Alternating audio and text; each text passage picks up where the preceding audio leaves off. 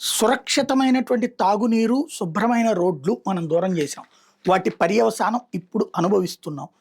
మొన్న తురకపాలెమా లేకపోతే ఆహ్, ఏదైతే గోదావరి జిల్లాలో వెలుగు చూసిన ఇదే విజయవాడ దగ్గర వెలుగు చూసినయా? ఇవాల్టి రోజున మంచినీళ్ళు అంటే చివరికి ఆ మినరల్ ప్లాంట్ల దగ్గర తీసుకోవాల్సి.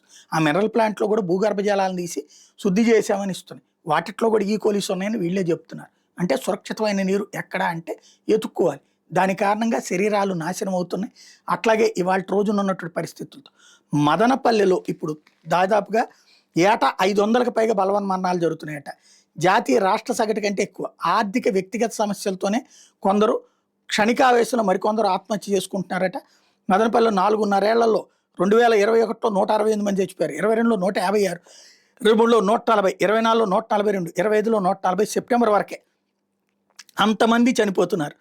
అలాగే 8 నెలల్లో ఆత్మహత్య యత్నాలు జనవరిలో 56, ఫిబ్రవరిలో 52, మార్చిలో 79, ఏప్రిల్లో 76, మేలో 63, జూన్లో 55, జూలైలో 63, ఆగస్టులో 55 ఇన్నిన్ని జరుగుతున్నాయి.